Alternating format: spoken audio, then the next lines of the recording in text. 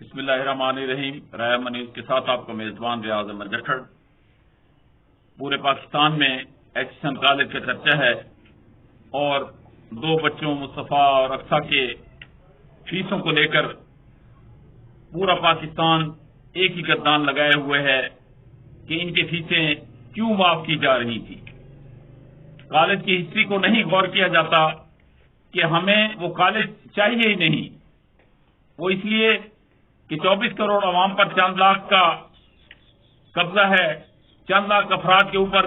چند 100 افراد ہیں جو اس ملک کے سسٹم کو لپیٹ کر بیٹھے ہوئے ہیں۔ وہی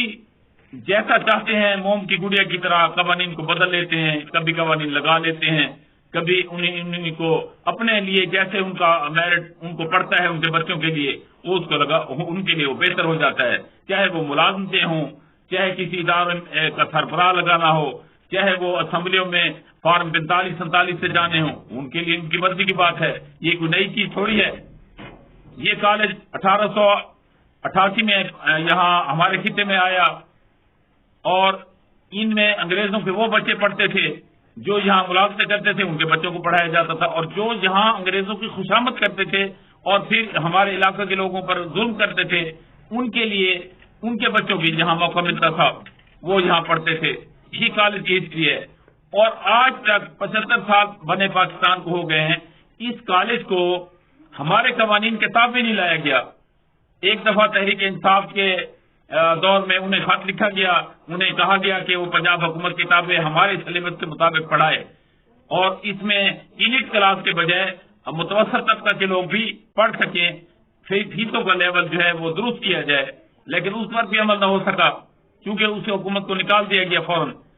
اب اس حکومت کو چاہیے کہ اگر وہ قوانین کے تابع اس کالج کو لانا چاہتا تو پہلے قوانین میں تبدیلی لائے۔ یہ گورنر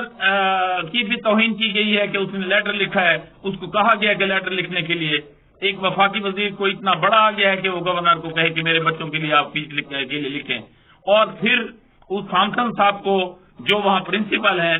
ان کی اس بات کو تو شاباش دی جا سکتی ہے کہ اس قانون کے وہ دائرے میں رہا ہے جو اسے دیا گیا، بورڈ آف گورنر جو انہی کا اپنا ہی لگایا گیا ہے، ہمیشہ انہی کے بندے ہیں، 50 سالوں سے وہی رولنگ کر رہے ہیں، وہی تھے۔ اگر انہوں نے بھی یہ رجسٹ کیا انہی کا ہی بنایا ہوا قانون ہے تو پھر درست ہے، انہیں وہ فیس دینی چاہیے تھی۔ وہ 2 سیٹیں انگیز کی گئی تھی، وہ 10-12 لاکھ دیتے ہوئے اتنی لیٹر بازی اور اتنا جو ہے اپنی حکومت کو بدنام کرانا یہ کوئی اچھا امر نہیں ہے، اور یہ پھر ان کی سبکی ہے جن بچوں کو وہاں داخلہ نہ ملا۔ آج انہیں بھی پتہ چل گیا کہ یہ فلاں کالج ہے جس میں ہمارے بچے نہیں پڑھ سکتے، صرف آسیما کے بچے پڑھ سکتے ہیں کیونکہ وہ ارب پتی ہے اور اسی دھرتی سے وہ اربوں پتی بنا ہے، اسی دھرتی کے لوٹ مار سے وہ جیل میں گیا ہے، پھر این آر او لے کر وہ واپس آ گیا ہے۔ تو اس طرح این آر او بھی ہر ایک کو نہیں ملتا، این آر او کی طرح کے پیسے بھی کسی کے پاس نہیں ہیں اور نہ ہی وہ اپنے بچے وہاں پڑھا سکتے ہیں۔ اس لیے یہ فضول بحث ہے کہ اس کالج کو ڈسکس کیا جائے، اس کی محض شہرت بنائی جائے، کوئی ضرورت اس کی پہلے ہی شہرت ہے کہ اس میں وہی جن کے پاس ناجائز دولت ہے یا وہ چند سینکڑے افراد جو لاکھوں کے اوپر ہیں، پہلے کروڑوں کے اوپر وہ لاکھوں حکمران ہیں، لاکھوں میں ہی پھر وہ چند 100 بچتے ہیں جو اس حکومت سازی میں فیصلہ سازی میں ہمارے اوپر مسلط ہیں، انہی کے بچے پڑھ رہے ہیں۔ اس لیے اس کو بہتر یہی ہے کہ موجودہ حکومت اگر چاہتی ہے اور اسے اتنا پاورفل ہے وہ، کیونکہ وہ پاورفل اس لیے نظر نہیں آتی کہ ابھی تک تو عوام اسے دیکھ ہی نہیں رہی کہ کوئی حکومت ہے۔ اگر حکومت ہوتی تو اتنے تمام ادارے اس وقت ریفارم کی ضرورت کے قابل ہیں، وہ ریفارم ہو ہی نہیں رہے۔ اس لیے تمام اداروں کے ساتھ ساتھ سب سے پہلے اس ادارے کی ریفارم کریں، اسے اس قانون کے تابع لائیں، اسے ہم اپنے سلیبس کے تحت پڑھایا جائے، تب پتہ چلے گا کہ ایک کالج انہوں نے درست کر لیا ہے۔ پھر پرنسپل کوئی بھی پرنسپل کو ضروری ہے کہ آسٹریلیا سے لگنا ہے، تو یہاں پاکستان میں لوگ بھاگ کر آسٹریلیا جا رہے ہیں اور آسٹریلیا سے ہم پرنسپل اس لیے منگا رہے ہیں کہ وہ ہمیں ڈونیٹ کرے گا، کیا ضرورت ہے؟ یہیں سے ہی فیسیں جا رہی ہیں، یہیں سے وہ کالج چل رہا ہے، یہیں سے بیسوں یونیورسٹیاں بھی چل رہی ہیں۔ اس لیے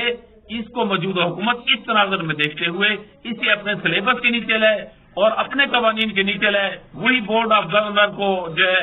نیا سیگمنٹ دیا جائے، اس پر عمل ہوگا اور یہ بات ہی ختم ہو جائے گی۔